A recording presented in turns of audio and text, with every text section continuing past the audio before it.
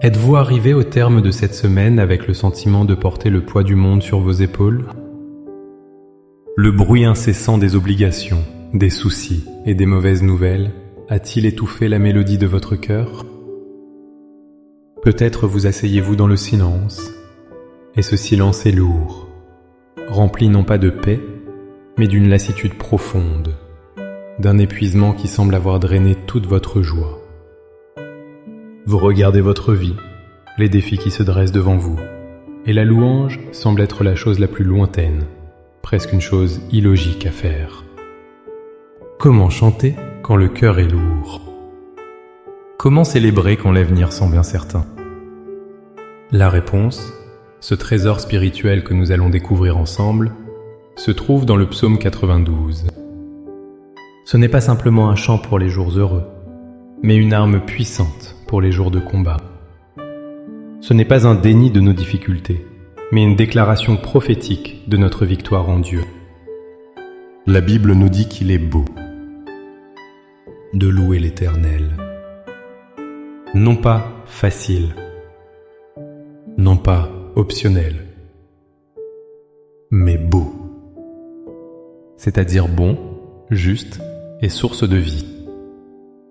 Dans les minutes qui suivent, je vous invite à un voyage. Nous n'allons pas ignorer votre fatigue, mais nous allons la transformer. Ensemble, nous allons prier pour que la puissance de la louange, telle que décrite dans ce psaume, vienne irriguer les terres arides de votre âme et faire refleurir la joie et la force que Dieu vous a promises. Avant que nos lèvres ne formulent une prière, il est essentiel de saisir une vérité fondamentale qui sous-tend le psaume 92. La louange n'est pas une conséquence de notre bénédiction, elle en est la cause. Dans notre logique humaine, nous attendons que tout aille bien pour remercier Dieu. Mais la logique du royaume est inversée. C'est en proclamant la bonté de Dieu le matin et sa fidélité pendant la nuit, même lorsque nos yeux ne voient pas encore le changement, que nous créons l'atmosphère pour que sa bénédiction se manifeste. Considérez ces deux images puissantes du psaume. Premièrement, il y a le contraste entre les méchants qui poussent comme l'herbe et les justes. L'herbe pousse vite, elle est visible, mais elle est aussi rapidement fauchée et oubliée. C'est une image de la réussite mondaine, rapide, impressionnante, mais sans racines et éphémère. La louange nous sort de cette comparaison stérile. Elle nous rappelle que les œuvres de Dieu sont profondes, ses plans sont éternels. En le louant, nous nous alignons non pas sur la croissance superficielle de l'herbe, mais sur la solidité éternelle de son royaume. Deuxièmement, et c'est la promesse centrale, le psaume déclare « Le juste croîtra comme le palmier, il s'élèvera comme le cèdre du Liban. Plantés dans la maison de l'Éternel, ils fleuriront dans les parvis de notre Dieu. Ils porteront encore du fruit dans la vieillesse. » Remarquez bien, la condition pour fleurir et porter du fruit n'est pas l'absence de tempête, mais le lieu où nous sommes plantés. Être planté dans la maison de l'Éternel signifie demeurer dans sa présence, faire de la louange notre demeure. C'est dans cet environnement de reconnaissance que nos racines s'enfoncent profondément, nous rendant inébranlables comme le cèdre et constamment productifs comme le palmier. Notre prière aujourd'hui n'est donc pas une simple demande, mais un acte de foi. Nous allons choisir notre terreau. Nous allons nous planter par la prière dans la maison de la louange. Maintenant, avec une foi ferme en cette promesse, élevons nos cœurs vers le Seigneur. Laissez ses paroles devenir les vôtres. Priez avec toute votre sincérité, non pas à partir de votre force, mais à partir de son esprit en vous.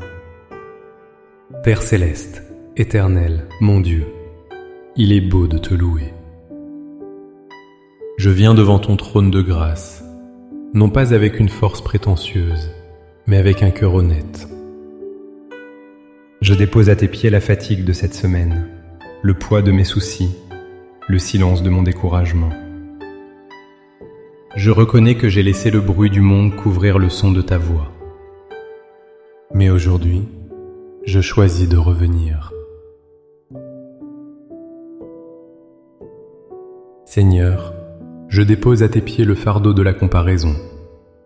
Je renonce à regarder l'herbe qui pousse vite autour de moi, à mesurer ma valeur à l'aune des succès éphémères du monde. Je me libère de la pression de devoir performer pour mériter ton amour. Je te remets ma frustration, mon impatience et mes doutes. Pardonne-moi pour les moments où mes murmures ont été plus forts que mes chants de reconnaissance. Aujourd'hui, je choisis le chemin de la louange. Père, je proclame ta parole sur ma vie. Je proclame que tes œuvres sont grandes et que tes pensées à mon égard sont insondables. Ouvre mes yeux spirituels pour que je puisse voir au-delà de mes circonstances immédiates et contempler la grandeur de ton plan. Je proclame que tu élèves ma force comme celle du buffle. Là où je me sens faible, épuisé et vulnérable, je déclare que ta puissance se renouvelle en moi. Je proclame que tu répands sur moi une huile fraîche, l'onction de ton Saint-Esprit qui guérit, restaure et me consacre pour ton service. Que cette onction brise tout joug de lassitude et de dépression. Surtout, Seigneur, je proclame par la foi que je suis ce juste qui fleurit comme le palmier et s'élève comme le cèdre. Je ne suis pas une herbe destinée à être coupée. Je suis un arbre planté par toi. Je déclare que mes racines plongent profondément dans ton amour et ta fidélité. Que les tempêtes de la vie ne me déracinent pas, mais qu'elles me forcent à m'enfoncer encore plus profondément en toi. Je proclame que je porterai du fruit, un fruit qui demeure, un fruit pour ta gloire. Je déclare que même dans la vieillesse, je ne serai pas stérile, mais que je serai pleine de sève et de verdeur, témoignant à la génération suivante que tu es mon rocher et qu'il n'y a point d'injustice en toi. Par la foi, je reçois cette parole pour ma vie, ma famille, mon travail et mon ministère. Je te remercie, non pas parce que tout est parfait, mais parce que tu es fidèle. Je quitte cet instant de prière non plus accablé, mais planté. Non plus fatigué, mais fortifié. Je reçois ta paix et ta joie. Au nom puissant de Jésus. Amen.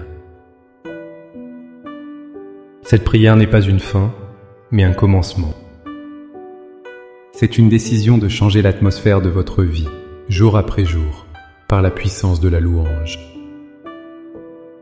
Ne laissez pas cette semence être étouffée. Arrosez-la chaque matin en déclarant la bonté de Dieu et chaque soir en proclamant sa fidélité.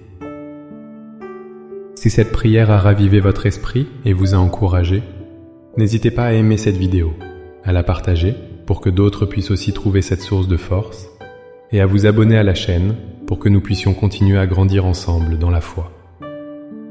Pour sceller votre engagement dans la louange et déclarer votre foi, écrivez dans les commentaires « Seigneur, je choisis de fleurir en toi ».